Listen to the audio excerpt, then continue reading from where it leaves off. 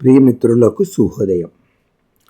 మనం ఇప్పుడు శ్రీ లీలాసుకుడు రచించిన కృష్ణ కర్ణామృతం ప్రథమాశ్వాసంలో 94వ శ్లోకాన్ని చూస్తున్నాం.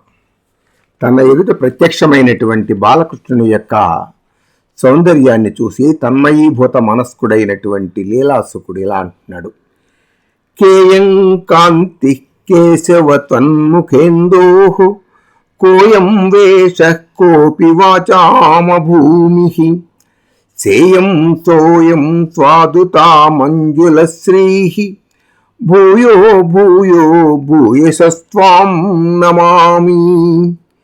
కేయం కాంతి కేశవ త్వన్ముఖేందోః కోయం వేషః కోపి వాచామ భూమిః సేయం సోయం స్వాదుతా మంజులశ్రీః భూయో భూయో భూయసస్త్వాం నమామి.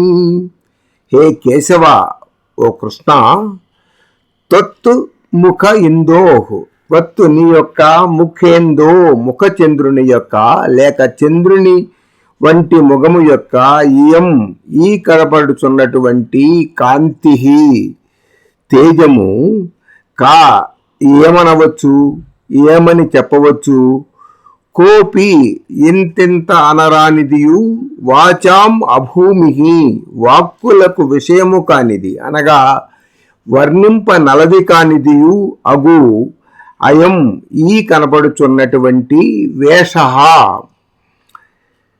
శిఖిపించ జలంకృతమైన అలంకారము కహ ఏమనవచ్చును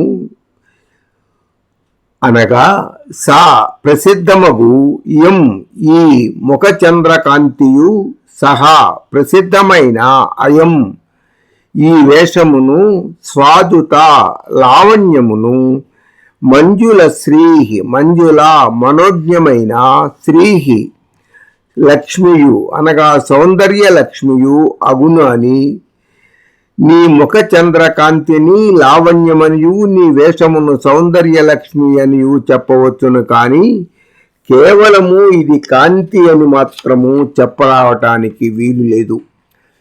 ఇట్టివి కలవాడవు కనుకనే త్వాం నిన్ను భూయః భూయః మాటి మాటికి భూయసః అధికముగా నమామి మ్రొక్కుచున్నాను. నీ ముఖకాంతిని వేషమును లోకోత్తరములైన లక్షణములు కలిగించుట మూలంగా ఆ కాంతిని వేషమును చెప్పక లావణ్యమనియు సౌందర్యలక్ష్మి అనియు మాత్రమే నేను కొనియాడుచున్నానని భావము. దీనికి వేంగళామాచ్యుని యొక్క తెలుగు పద్యము ఇలా ఉంది: ఎక్కడి కోపరూపమది, ఎక్కడి ముద్దు మొగంబు సోయగంబెక్కడ, నీ కళా విభవమెక్కడ నేమని ఎన్నవచ్చు అమ్మక్క, అగోచరంబు భవదకృతి పద్మభవాది సుక్తికిన్ బ్రొక్కెద, సారె సారెకు నమోహరయేయని నందనందనా.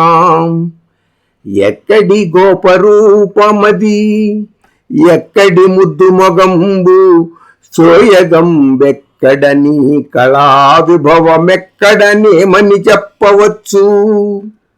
కృష్ణ, నీ ముఖచంద్రుని కాంతియు ఇట్టిది అట్టిది అని వాక్కులచే వర్ణింపనలవి కాని నీ వేషమును అత్యంత విలక్షణముగా నుండిచే వానిని ఏమని పేర్కొనవచ్చును.